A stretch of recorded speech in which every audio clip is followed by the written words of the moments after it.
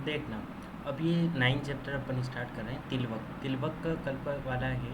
इसमें देखो क्या कलेक्ट वाला पार्टिंग क्या होता है, कलेक्टिंग जो ड्रग्स होती है वो मूल त्वक है ना। तिलवक का क्या कलेक्ट करते हैं, मूल त्वक का। अब देखना इसके जो सिनोनिम्स है वो इंपॉर्टेंट है। तिलवक तिलवक के नाम जब अपन लिखते हैं तो उसमें ती से तिरिटक हो जाता है, ल से लौद्र हो जाता है, व से बृहद पत्र हो जाता है ना। तो तिलवक के पर्याय में क्या हो गया, लौद्र बृहद पर तिरिटक हो गया।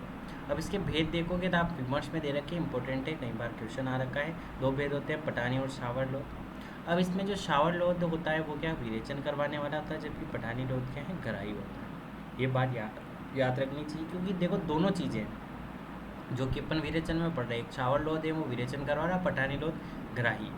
लौद्र के त्वक का चूर्ण का प्रयोग कैसे करते हैं, तो लौद्र के मूल को लेकर उसके भीतरी भाग को निकालकर केवल बाहरी त्वचा मात्र लेकर सुखाकर उसका चूर्ण ले लें। इस चूर्ण के किए हुए लौद्र के 3 भाग बनाएं, 2 भाग को लेकर लौद्र के क्वाथ में खोलकर छान लें। उस छने हुए क्वाथ से चूर्ण में बचे हुए भाग को भावित करके उसे दशमूल के क्वाथ की भावना देनी चाहिए। तो यहाँ पर दशमूल का जो क्वाथ है वो इम्पोर्टेंट होता है, जहाँ पर संशोधन के लिए कौन सी ड्रग्स यूज़ की जाती है, तो दशमूल का क्वाथ यूज़ किया जाता है ना, तिलवक के लिए। ध्यान रखना है इस बात को। फिर नेक्स्ट आते हैं तो कंपिलक के साथ बता रखा है यहाँ पर, है ना, क्वाथ से 10 बार भावना देनी है। तो ये लाइन आ जाती है, कंपिलक कषायणम 10 कृत संभावितम, किसके योग के है, तो तिलवक के बाद। ठीक है, फिर यहाँ पर कुछ योग दे रखे, उसमें कंपिलक का 1 योग है, घृत भाग के साथ 4 योग है। ठीक है, अरिष्ट का 1, सूरा के साथ 1 योग है। फिर अपन सुधा पढ़ते हैं, जिसको स्नुही महावक्ष तीक्ष्ण विरेचन बोला है। ठीक है, विरेचनाम सर्वेशाम सुधा तृष्णतम, तीक्ष्ण विरेचन किसको बोलते हैं, तो सुधा यानी कि स्नुही को बोलते हैं। तस्मात् न एषाम मृदुकोष्ठे प्रयुक्तो कृदाच, कभी भी मृदुकोष्ठ वाले को नहीं करना चाहिए। किसका नहीं करना चाहिए, स्नुही का नहीं करना चाहिए। फिर स्नुही का प्रयोग स्थल बता रखा है, कौन कौन से रोग में करे, तो दूषी, यहाँ पर मधुमेह भी दे रखा है, ये थोड़ा इंपॉर्टेंट है, ध्यान रखना। सद्यो हरती दोषाणाम महा, यानी सडनली जो मतलब प्रकुपित अवस्था में दोष है उनको अत्यंत संचित हुए हैं, उनको यदि निकालना है तो क्या करेंगे, निश्चित रूप से निकालने के लिए स्नुही का यूज़ करेंगे विरेचन।